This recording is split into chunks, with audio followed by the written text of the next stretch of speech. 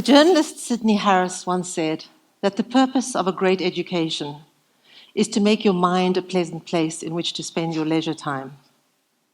I love that quote because it leaps over the most mundane point of education, getting a job, and lands on the higher purpose of making your mind a constantly enriching playground, constant connections, new knowledge, open to new knowledge, and a deeper understanding of the world around us.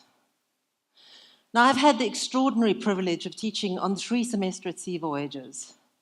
This is a study abroad program on a beautiful floating campus, a big, gorgeous ship that sails around the world with about 500 undergraduate students between the ages of 18 and 22. But what's most remarkable to me about this voyage, aside from these wonderful young people, is that there's always a small contingency of lifelong learners, mostly in their retirement, audacious, curious, fun-loving people.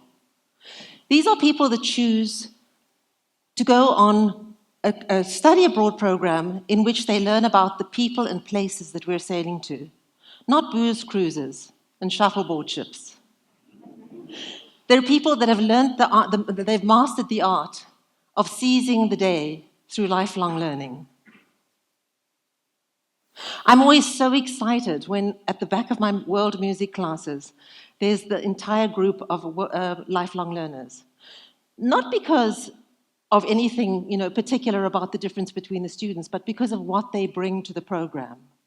They teach the students that learning constantly in community with each other, no matter what your age, is the biggest secret to keeping your mind alive and your personal relationships healthy.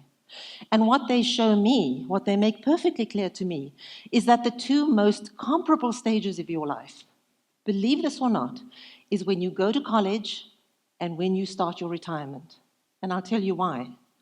In both those precious moments, you ask yourself, what am I going to do with the rest of my life? In college, it's what am I going to do for a job, for a paycheck? In retirement, it's what am I going to do for my personal fulfillment and my enrichment? If you divide your life into 3 stages, 3 acts, like a beautifully defined play or the 3 movements of a gorgeous piano concerto, your youth is your first act, your career is your second, and your retirement is your third. And in the youth, you can ask, what do I want to do with my career? But in the retirement, you can say, what is my purpose? I think most of us define ourselves by our purpose. And unfortunately, our purpose is often defined by a job title. This is quite sad because, in fact, that job title often depends on how fortunate you are to receive a good education or how unfortunate you are to receive a weak one. And in fact, what happens then is that we have the first act of our lives to discover, the second to deliver, and the third to decay. And really, that's not how it should be, and it needn't be like that. And it's what contributes a lot to the reason that there is a stigma to aging in so many cultures. In some cultures, the youth do not respect elders because they see them as having served their purpose. This perceived notion of decay is an incredibly unfair situation because, in fact, if you don't get seen as a good learner, you don't see yourself as a good learner, and it's a self-fulfilling prophecy. It's the same for the elderly as it is for school children. We know this. If a school child's ability is recognized and nurtured, they thrive. If it's ignored and neglected, they falter. The thing about the lifelong learners on the ship is that they've learned the secret of lifelong learning and that they can thrive in this way. Then some cultures, they respect their elderly. In fact, in some traditional societies, the elders are so respected as seen as wise and the wisdom and the experience that they bring, and they are treated as such. In Sweden and Finland, there are robust social programs set up to celebrate the elderly so that they have a fulfilling older years. In places like Ho Chi Minh City, Hanoi in Vietnam, or in Seoul in South Korea, you can see playgrounds with equipment for the elderly to play on or to play games in. And frankly, playing games and learning and exercising is not childlike, it's human.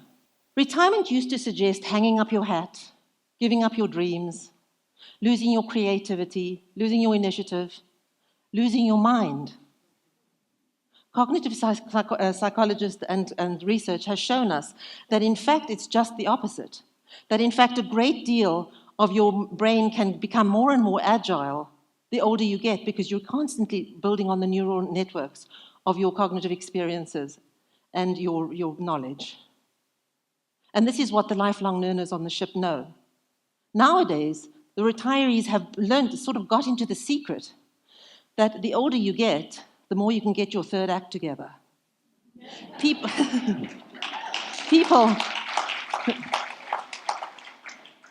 retirees are getting the degrees they never finished. They're taking the art classes they've longed to do all their lives and they didn't have time for. They're picking up musical instruments. They're running marathons. They're climbing mountains. And they're writing their memoirs. I know an 86-year-old professor and colleague of mine who is still teaching full-time, and he's loving every minute of it, and he's as interesting as he ever was. And he's doing what he loves in his retirement. Then there's the 87-year-old beautiful diva that used to love going to the rest homes to sing show tunes to the old folks who were much younger than her. And then there's the 90-year-old filmmaker whose friendship I treasure so greatly, who now makes documentaries on wildlife, when in fact he had a very successful career in training videos in the corporate world. And those lifelong learners I told you about on the ship, I can assure you they bring as much to the classroom as any of the course materials in it, because they show the students that learning together keeps your mind awake, and that there's no end to the learning you can do in your third act.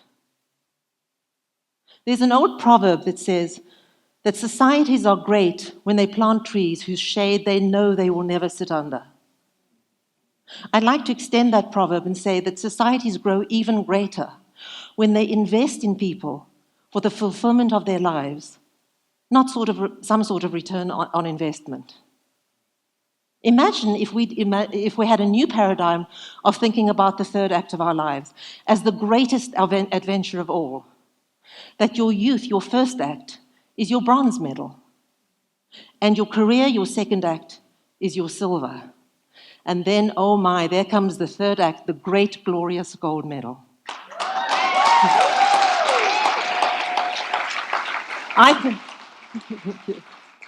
I personally think that lifelong learners are the coolest people on the planet because they have learned how to get their third act together.